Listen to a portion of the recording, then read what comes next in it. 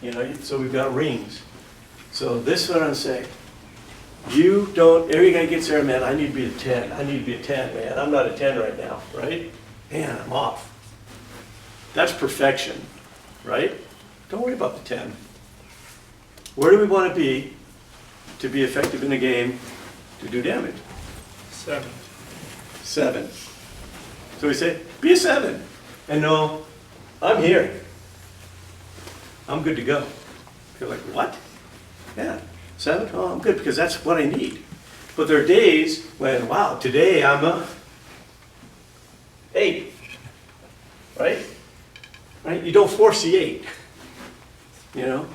And then, yeah, you go up into those mystical areas of 9 and 10, where 10 is just, you know, we've all had that. It doesn't matter what happens, doesn't matter who's throwing, you know, you're on. But we all know, how long can we sustain a 10? But here's the reality of how we practice. If we're not in, you know, pregame routine, if we're not killing flips, if we're not absolutely hammering batting practice, if we're not just doing damage to the velo machine before we get into a game situation, there's that negative coming. Uh-oh, something's off. E5, something's off. And we carry that forward. We realize that, I'm good. But here's the thing is, you got to know that you're good. You've got to understand that. Yeah, I'm good to go. Because a lot of times you get the guy kind of like, oh yeah, I'm good. Back of your head saying what? What are the voices you used to hear? Think about it. I've heard them. You suck. You suck. That guy's going to eat your cheese. Holy cow. Did you see a slider on that guy? You know? It's like, whoa. Negativity. Okay? Put us in the moment for the process of what we're doing at that point in time. Okay? I remember a good coach had, you know, one thing. The only pitch that matters is the one that's coming. The only pitch that matters. Can I ask a question to the psychology guys? I just remember. Do you guys mind answering? No, of course. I never remember having negative thoughts per se, but I had questions. So I never felt like, man, I suck. But I had days where I would ask myself why I struggle with something. Does that make sense? Yeah, like, sure. What's the difference between the two? Like, I never remember like swinging and missing and be like, I suck. I'm like, why can't I hit that? That was more of that thought. Like, is there a difference or is it the same thing? Like, what is the... I would say that it's common for people to think that you always need to be positive, or that you shouldn't question yourself, or you shouldn't be negative. But when you talk to the very best people in sport, you know, the Michael Jordan level individuals, they question themselves. They are negative. They analyze themselves in a fashion that is unrealistic. So that's just human nature, especially if you're trying to be highly competitive. So I would say that the most important thing is how you handle that stuff and how that stuff affects you. There's one thing to think, man, I'm about to face Chris Sale. This might be tough. Well, that's real. But then if you think that way and it makes it so you have less of a chance, that's bad. But there's nothing wrong with thinking Chris Sale's good and I bet his slider and release point might be tough today. That's just reality. But you want to make it so you're not having that analysis make it so you have a tougher chance. And that is what is hard for people.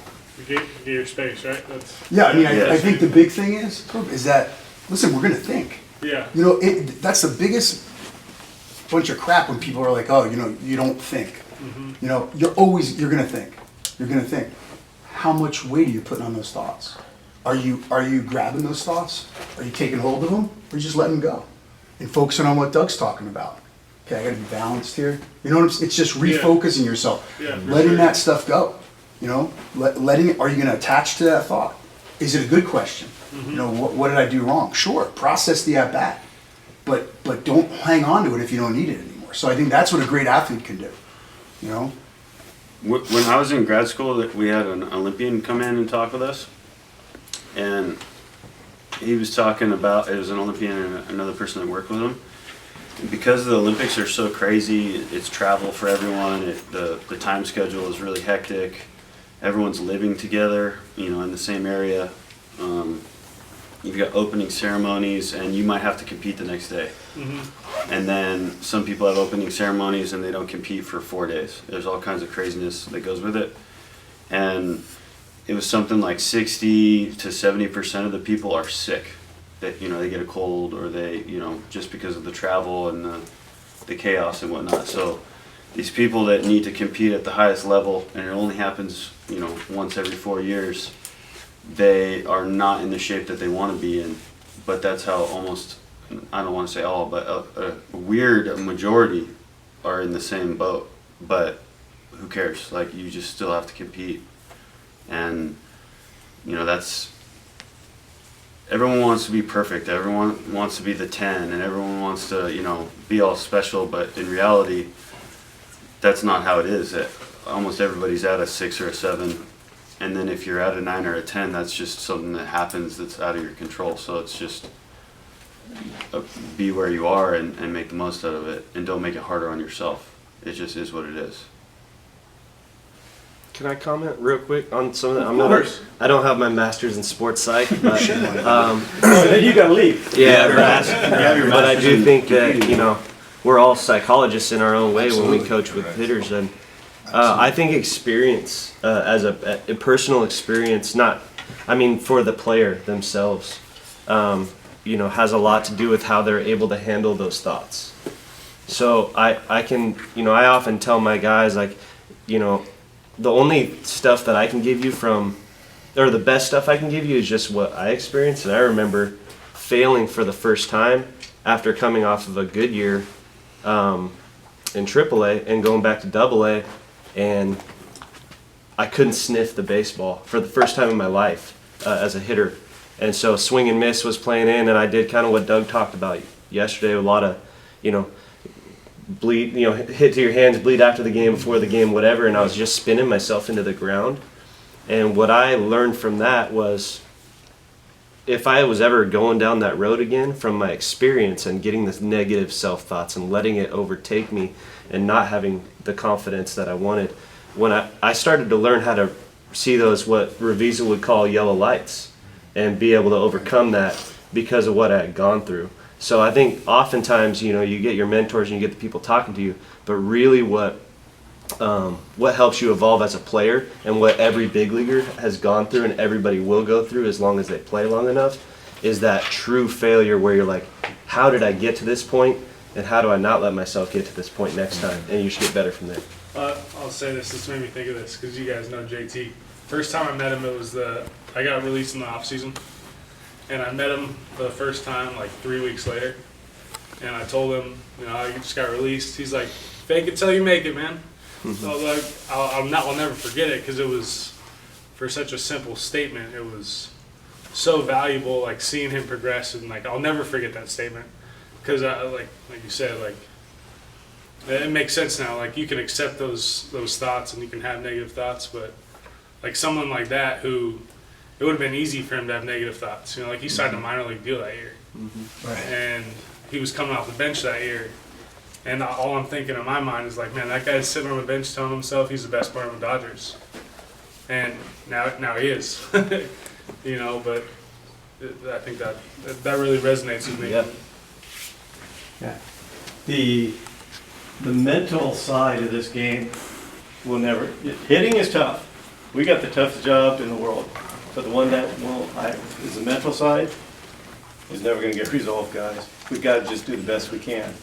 And I see when hitters ultimately reach that point where they stop, more times than not, I think it's more mental.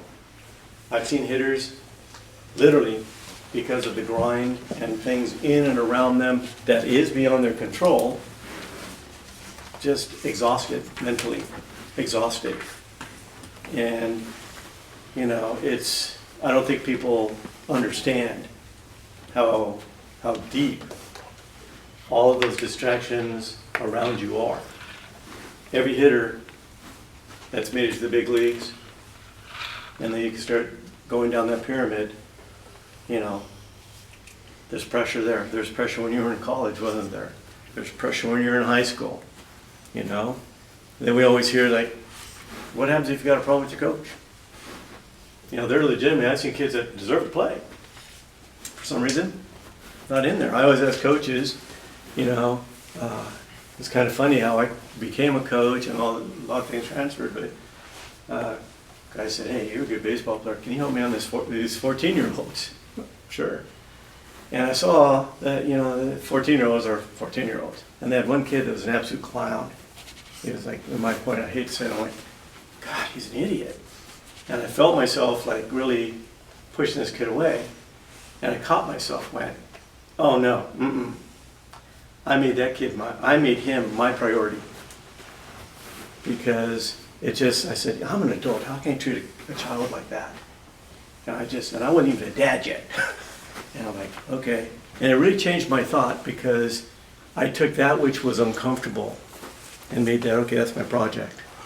And the great thing was, this was a kid that obviously didn't have a lot of self-esteem and, you know, and again, I taught him, you know, respect. And I just, you know, I would never on him. Guys are screaming, I say, hey coach, cut it off. And after a while I took a couple of coaches and said, guys, you know, give him 2 bits. And I'd watch that kid, wasn't a great baseball player. I don't know if he could have been if he had a better foundational, but I watched his demeanor change, and he kind of understood about respecting himself a little bit. So sometimes we put ourselves in these areas where there's all sorts of things happening. And, you know, Jeff, you've coached hundreds and hundreds of kids. We've all coached so many people. We've touched so many people in our lives. Not all of them, you know, are like we feel like this with. Yeah. You know, there are players that, you know, just drain you. Okay, physically drain you, mentally drain you, and the key is we have to find this coach. But you know, if you've got a couple of juniors, maybe a couple of seniors, make sure you get some of the puppies in there too. All right, they've got to learn how to deal with things, and you know, it's a good exercise for the juniors to go, Coach, do I have to have that kid with us, right? No, and then use that as a process of learning, because I guarantee that process of learning will help that junior step his game up. You know, we talk about being a good guy in the clubhouse, right? Being a great teammate. Man, in my opinion, everybody should be a great teammate. Because every time we're on the field, you know, the same thing that begets, you know, tough play, tough at bat, well, that can happen to me too, right? And what I loved about like a guy like JT, and he wants to be on the field. You know JT, he wants to be on the field, you know, but he was pulling for Uribe. He was pulling for the guys on the field. There was never any other thought, you know? And of course, look out when I get my chance, right? But pulling, honestly, earnestly, sincerely pulling, because that's what it takes to create that mentality to win. Much better to play in a winning environment of that nature than, you know, the grind win. And I hated hearing it, but you see kids will actually say, we hate our coach. Doesn't matter if you like your coach or hate your coach, that's how it's, just respect them. There's sometimes you're playing for a man, you have no other choice. Respect. He's a coach, you know? And the more you badmouth the coach, the worse things get for you. And you know, it's like high school and college, the whole parent thing, they don't understand, right? I would love to just be able to put some of those parents on the hot seat and grill them about their parenting skills, about their role modeling, about all these other things that they decide that they're going to impose their thoughts and beliefs on top. So we look at all these other pressures. It starts from the kids, fear of failure, right? So, I want to beat you at your best. Okay, I don't give, you know what, we're all on the other side of that 10-0 run. You know, we're down 10, they're down. It doesn't matter. It's those others in the middle that count. And, you know, I don't have to, how fun is a 1-0 ball game, guys? Where every pitch matters, every play matters. You know, the fan doesn't get that, oh, it's boring. Oh no, everything matters. How many guys believe in the baseball gods? Right? I used to think they were never on my side. I kick a ball, right? What's going to happen next swing? Comes right back. I'm like, God, you guys, they realize something. They're on my side. They give me a ball and say, here you are, you're fine. This will work. You're going to be okay. You're good to go. But it was how I perceived that. You know, I kicked the ball. Oh, here it comes again, right? And instead of like, oh, okay, I see. Just we're fine. You know, something was off. But you know, you can't internalize the failures. You know, every psychologist will tell you, it's like, you're buried. Kids worry about strikeouts. Strikeouts mess with us. We got some odd perception that if we strike out, we're worse than anything. I don't know. Anybody really feel good about that 14 hopper to the pitcher off your fingertips? You know, we're going to pop up. We're going to hit weak ground balls. We're going to strike out. But I want to put the strikeout in the better, good strikeout or bad strikeout. I've done that since I started coaching. Kid said, hey, well, how's your day? Oh, it's 2 for 4, but I had, 2 strikeouts. I said, good strikeouts or bad strikeouts? They're like, what? Did you see the ball good? Get good swings off? You know? Or they'd say, man, I took one. Okay, why? What a great learning opportunity. We don't think about that, right? Everything gives us an opportunity to kind of address, and I'm not saying to the point of some of the guys are way too analytical. And, those guys are just beasts. They're tough because we can overanalyze it.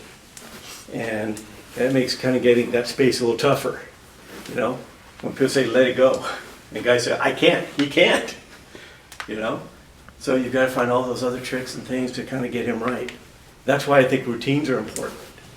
And getting, particularly for the college guys, because it is criminal, I keep saying it, how the NCAA can sit there and allow no time for a coach to spend in a skilled sport under all the circumstances we talked about, the duress and everything else, to spend any time make your kids better. And I challenged the NCAA that you wouldn't have an institutional higher learning if your professors did that in their classes. How in a class, my econ class, could I not approach the TA or the professor and say, hey, I need some work? Said, well, no, we're in Park, we can't touch you, right? So there's this flip side that I think offensively hurts athletes. And I've been around a lot of athletes.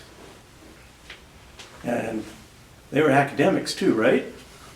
So you had to do things that the ordinary student didn't have to do. And you worked under deadlines and you worked under, pressure, because we didn't have all the free time. Weightlifting in the morning, boom. Classes, boom. Practice, boom. Strength, the agility on that night, game, whatever else. And then all the other work we had to do. So again, people forget that. That's why NCAA athletes, a lot of employers like them because they know how to work under pressure, be competitive and get it done. But like I said, I think I'd like to see that change.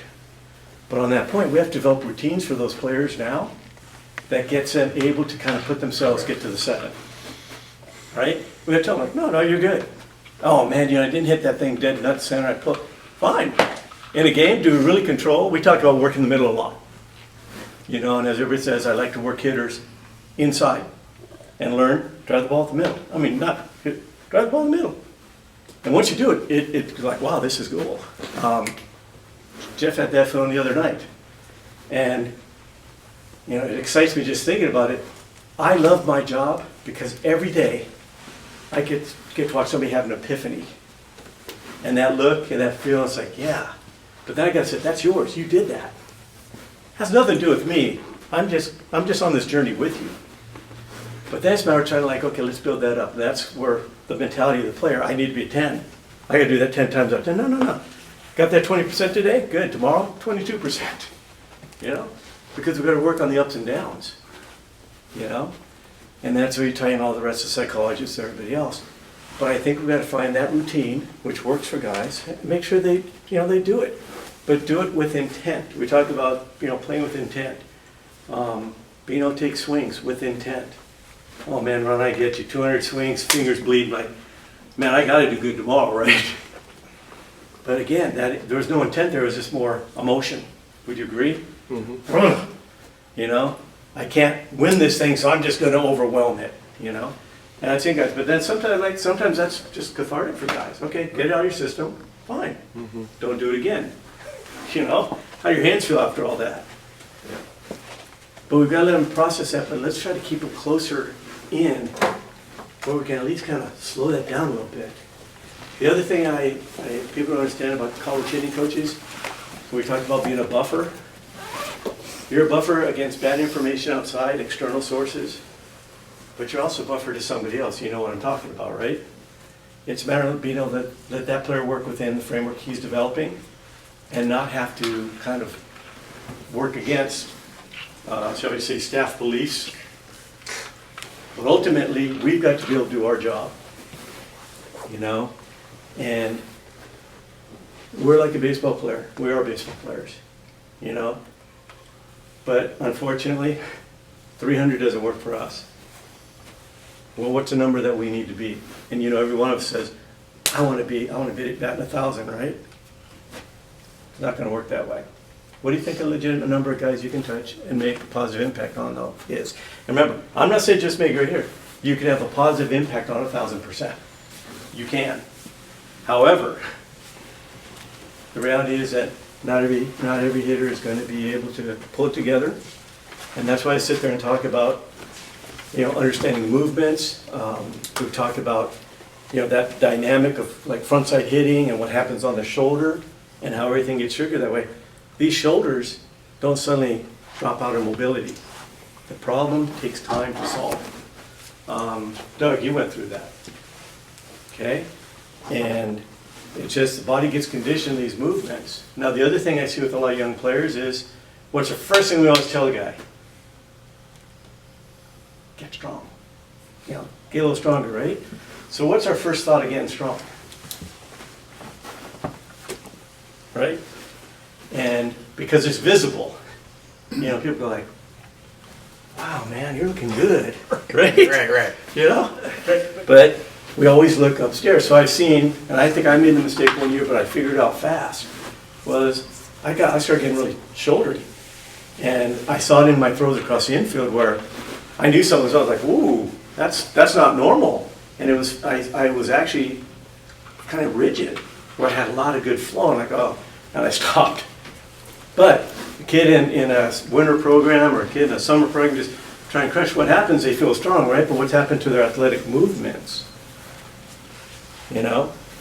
One of my favorites for strength and mobility are farmer's walks. Okay, turn around, walk that way. Okay, kind of feel your body. Okay, come on back. Place them. Okay, hook grip. My fingers disappear. Hook grip. Pull them up and go ahead and move with them. Let your body move. What you're going to find is you're getting a lot of good stuff out of this. The whole body is now working, and you're getting a phenomenal amount of hand and wrist strength. Go ahead. But let your body move. Let your body feel the weight. Do you feel your legs now? Go ahead. Is it turning off the upper half? Is that a good No, way? it's just putting everything together again. Turn it off the upper half, you like break it in half. Do you feel the difference? Go ahead, put them down. Give her a try, Ronnie. Okay, go the old way first and realize, oh, you'll never do it again. I want you really to concentrate on feeling, can you feel your legs at all? No, I feel like I'm really trying to tighten up my shoulders. Yeah. Okay, now go hook grip. Hook grip and move, baby. Feel your legs? Yeah, and I definitely feel less tension in my shoulder. Yeah, so your shoulder's getting stronger because it's carrying the weight, but it's stretching, right? So it's strengthening while loosening. Good thing, right? Can I ask you a question? Did you coin the hook? Oh, no, come on. Well, just because there is a grip called hook grip, so I was confused for a moment. I think that's how it was described to me, Because I mean, originally I was kind of like a fingertip grip. Matt, your turn. Hold away. Makes you feel like, yeah, right?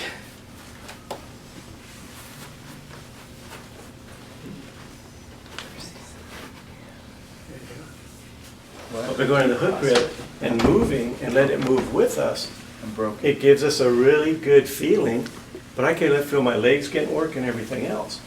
So I like, the bells because now I'm building overall strength, but I'm not tightening up shoulders. I'm keeping a lot of mobility and movement there, looseness, rather than creating tightness. Can you show me a backside move real quick versus a front side move? Just Okay, in terms- from the front side? Yeah. Okay, so if I make a front side move, see where I just went? And the other thing you can see from here, you'll see front side move generally takes me up and off my back leg, which means it's pretty much out of commission. Okay, and it continues that when I get here, this wants to go here. See that back, the left step trying to go backwards? So now my zone becomes here, because if this goes here, I'm not going to be able to get any extension. And I might run into a few pitches here, but pretty much I'm not going to have the adjustability. My adjustability is here, from decision making to coverage to just fighting off a tough pitch. So I've had players in the past, a couple good ones that really stand out before I had looked into what people mean when they say scap loading or whatever in hitting. And this one particular player that I'm thinking about, I looked into his swing more after he left than I did at the time because he was always hitting, right? And he was really good. And one of the things I noticed is that his ability to like get behind the ball, like to be on a backside move, was really what his scap load was. But maybe when he talked about it, it would have been something that would have forced him into a frontside move. Yeah. If that makes sense. And that's why I said when we share cues between hitters, my thoughts don't necessarily translate to my feels, but I guarantee the visual of your thought to another hitter says, oh yeah, I can do that. And again, one of the things we talk about is from behind, I still want to see the hands stay on their A to B line. Because if they move off, if anything takes me off that line, what has my body done? First, we've got a twist. Second, we call it trapped. Because my hands aren't going to fire here because I'm trapped. What has to happen? My body has to compensate and make moves to try and clear my hands, but by the time I go, I've lost my backside. We get to a certain point, and that range is going to be different every hitter, but at a certain point, I cannot get my backside going. But to me, it's all I own material, because once I'm here, I know I'm going to be coming around the ball. So it might happen again, but I'm not going to practice it. I really want to practice that clean driving move this way. And again, we need to point out, I am dead set against spinning. And spinning is not rotation. This is not rotation. Hips out, shoulders up, that's not rotation. What we're talking about is being able to get into balance, and the rotation is all part of the same move. They're not, it's just continuous. So you see people, are you a linear hitter or you're a rotational hitter? I scratch my head, I'm like, I don't know what you're talking about. Doug, you don't teach rotation. I don't. Try to think within good athletic body actions. Now when you take a look at kids and players that are spinning and coming off the plane, and like I said, you'll see this pandemic of young hitters with dead arm. Their top hand will be a dead hand because it's like, right? So we're not getting this drive. And perhaps it's because some of them are using aluminum bats, where they're able to time up and they're able to get to that pitch at that point in time. And I think it's a fallacy, people. I can never hit the same pitch at the same point in time, no matter how hard I try. There's going to be infinite little changes in between. And my only thought to become an effective hitter is I've got to be able to handle pitches in a line. And pitches don't suddenly stop and, wave hit me. They're moving, and I've got to try and be able to adjust and stay through that line of that ball with my backside going through. But the key is, the minute I start changing angles, I'm creating a little bit of a scuffle. Now, I'm not saying you can't survive it, but survivability versus consistency at the expense of adjustability? No. All of us have had guys that are like, tremendous power at their level. Good power hitters in high school. God forbid, the good power hitter at 12-year-old baseball. Good power hitters in college, right? Good power hitters in minor leagues. How many guys you play with AAA that just drop bombs? A lot. And they got to big leagues, what happened? Not as many.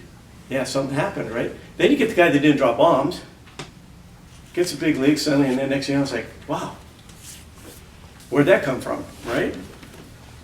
So you think we either figure it out or we just realize, under duress, like I gotta get on a plane, I gotta do this, whatever the thought is. Suddenly you see guys that are actually just using their bodies better. And I think a lot has to do is the minute good hitters learn to the grind is not real.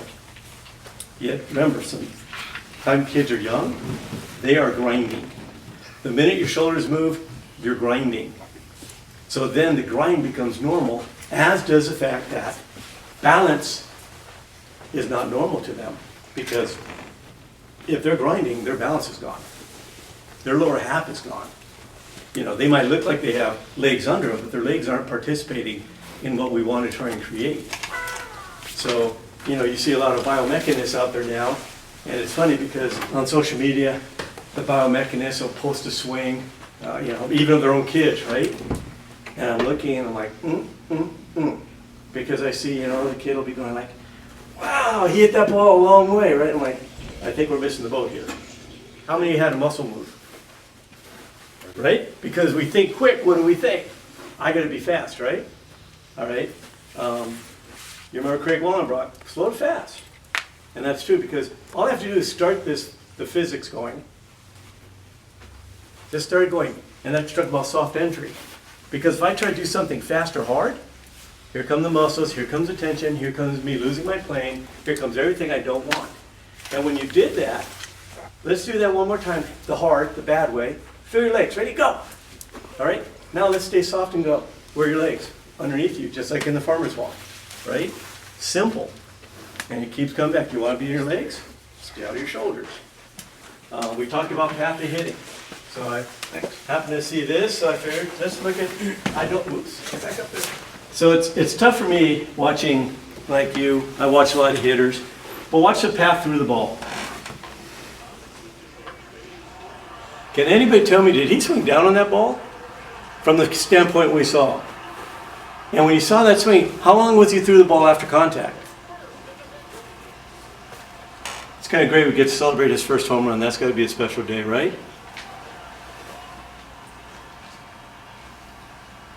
See if we get a replay of that one. Yeah, we will.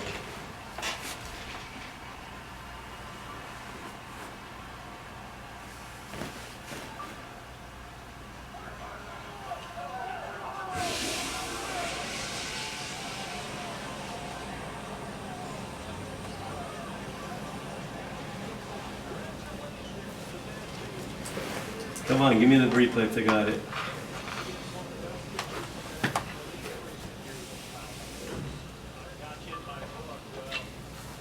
Okay, was that accidental? Did he look like he put a lot of effort into that? Okay. Then of course, always worth a watch. Eventually. Watch path.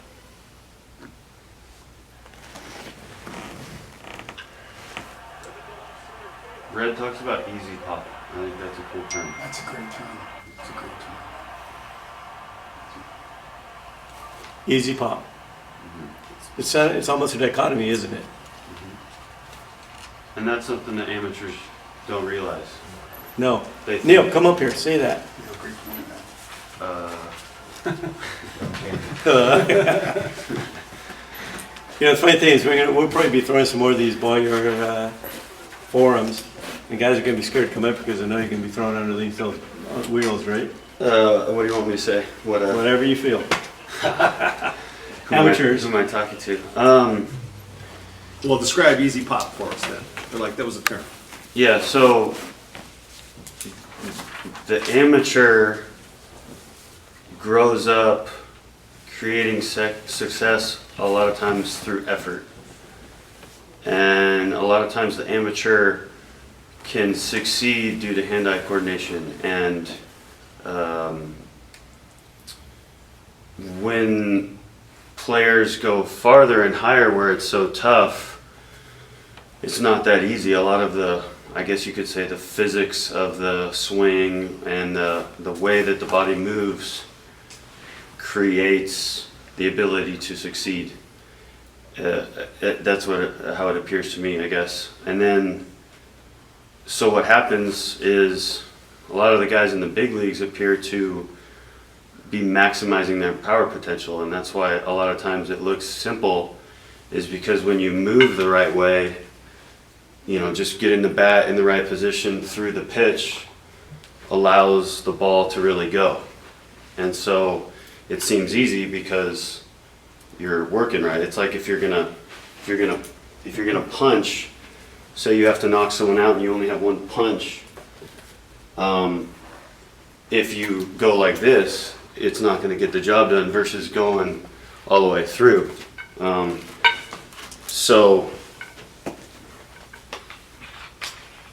that seems easy when you just do it right and go through. It seems simple because there's no grind. It just works. It's easy. And then that is also that's why a lot of times it seems so simple for the guys in the big leagues. And because they're moving correctly, the ball goes as far as it is possible for that person. So I think one of the things that's interesting and cool is if you can talk to a hitter about what their maximum power is. And a lot of times, say it's a left-handed hitter, a young hitter is going to have success jerking the ball down the right field line. That's where they can hit it the farthest. When actually if they have their best swing, they have a chance maybe to drive the ball, you know, from left center all the way to right field, let's say. You know, it depends on the guy.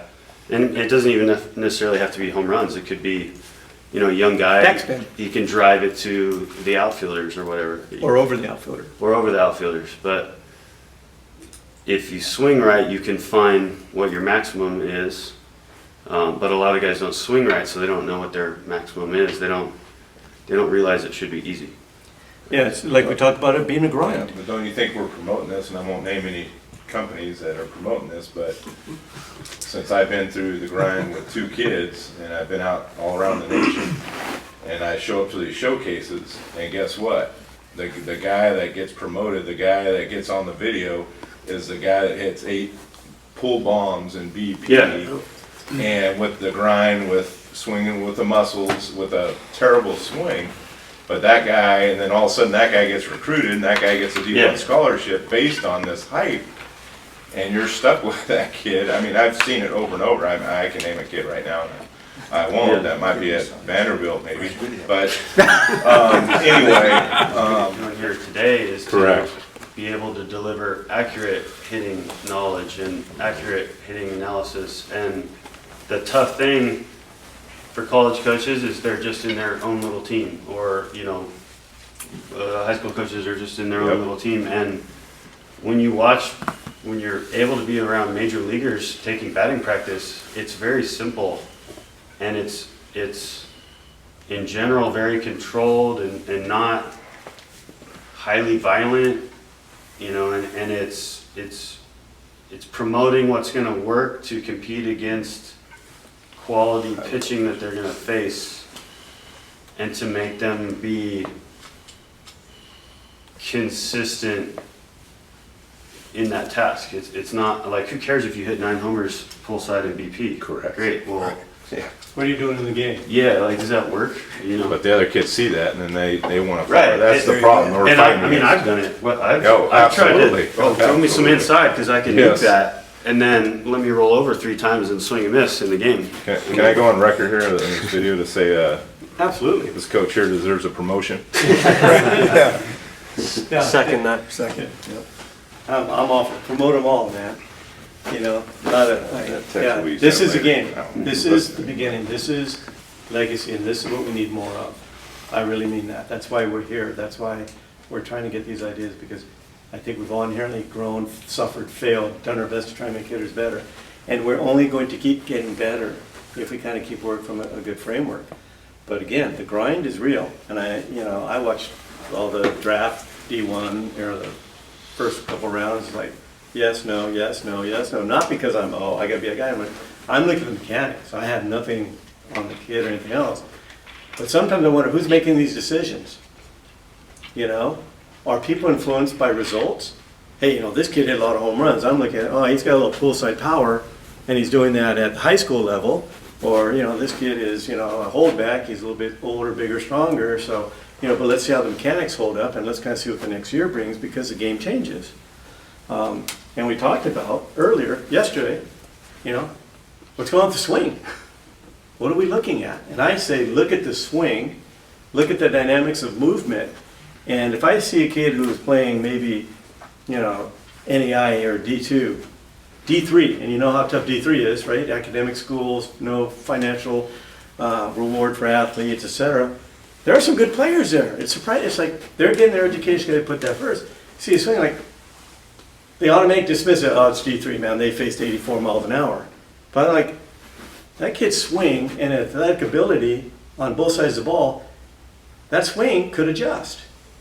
But then you see somebody, like I said, D1 MASH with probably not ideal hitting mechanics, gets the hype and everything else, and they say, well, they're hitting 95. Well, I'm not telling you that the kid at the lower level probably could have hit 95 if you saw it. They learn to adjust. But, it's kind of what are we looking at? And then we've got a lot of people that, produce booklets and magazines and scouting reports, and it's all over the place now. It's growing. And basically, opinions, and opinions can be marketing too. But what are we really looking at? And I guarantee you, there's some good quality players that didn't even get considered for the draft. And that's a shame, because I think our evaluation and our assessment is probably as archaic as it possibly can be.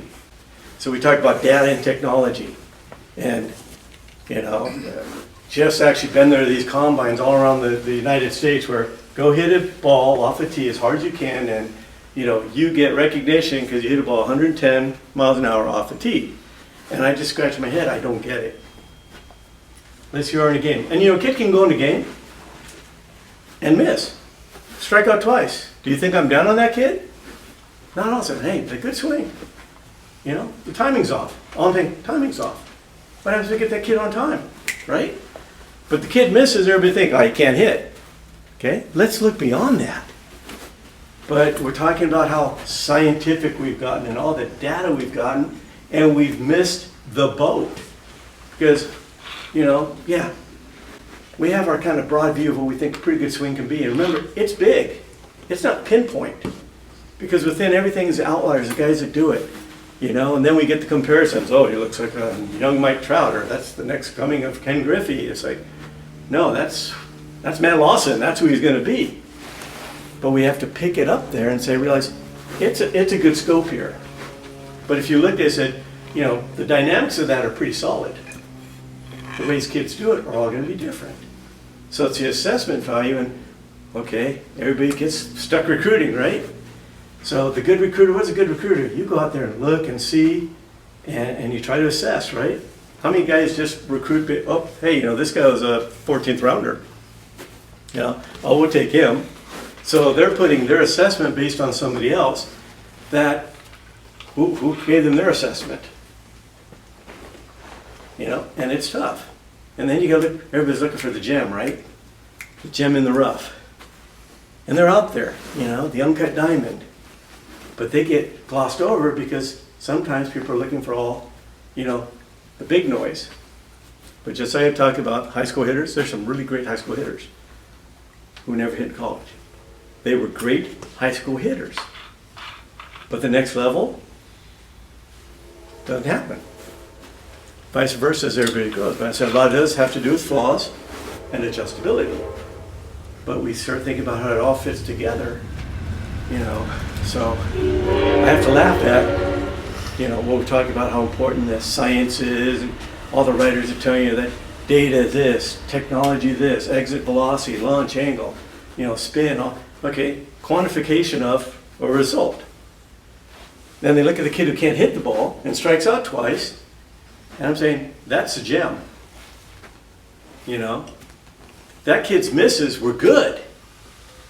He didn't blow up and fall apart. He was just a little bit off time. And I think that if we fix that timing, yeah, everything else was good. I look from behind, see a beautiful hand path. Those are things that matter. The other thing I want to look is, who is that kid? Who is that young man? How's he on the other side of the ball? Like we laughed about them taking the infielders now and 8 crow hops, throw the ball as hard as you can, like you're running in it and throwing it. I had to throw 100 miles an hour. You know, Neil knows it's like, hey, plant and throw, let me see what you got. Now, boom, transfer. Those are things that matter, but we get into kind of the puffery of things. The visual that I think it's almost the general public likes. You know? Jeff, you've seen a lot of young players come your way. You've developed a lot of great players. And I know you had good quality coming to you, but just because you get good quality, I've seen a lot of programs get good quality, and they're able to compete. But there's a couple of coaches I've been blessed to know, you, Jeff, and Tom Musborn. They get good quality, but they make it better. Lots about culture and everything else. How do you look at your young players? What do you see? I think the biggest thing, and I don't know if this ever came out in that podcast we did, but you guys hit on it earlier. I think, and it wasn't so much me. Yeah, I tricked them into some things and doing some things the right way with their routines and stuff. But I was fortunate enough to have guys, and I think everybody, this comes back to the limited time that we have. And everybody, I think, has these guys, or you recruit these guys that could be great coaches somewhere along the line, and they understand the swing. They're just smart and intelligent. And it was kind of a cycle, and I was lucky. I was fortunate. I had a Jake Rodriguez, just a heck of a player, type of player, and a Dom Nunez comes in as a freshman, and he kind of takes him under his wing. And I think, you have great players that make good players great. You know what I mean? They bring them up, and I think that was our cycle. And I was fortunate. Then, Jake rotated out, and a guy named Nick Madrigal comes in as a freshman, and I had Dom Nunez, who's now been mentored by a great player, and it was just a revolving cycle. And it started with J.D. Davis, all these guys. I was fortunate, and I think the cycle just kept going. And I think the great programs that you look around, they have, these great players, and the young players come in, and they're just great mentors. And I think that's all the huge secret to our culture, to our success we've had over the years, is we've had that. Now I see things changing a little bit in our program, where we don't really have those guys, and our program is kind of, I don't want to say it's a bad, or it's kind of just leveled off. We don't have those top tier players that are bringing up those other top tier players, and I think that was a huge secret. And you teach them, they buy into it, they buy into the routines. Then they take that younger guy with them and say, hey, they kind of follow those guys, and they follow the routines, and it just is a cycle. And over the years, that was kind of our secret.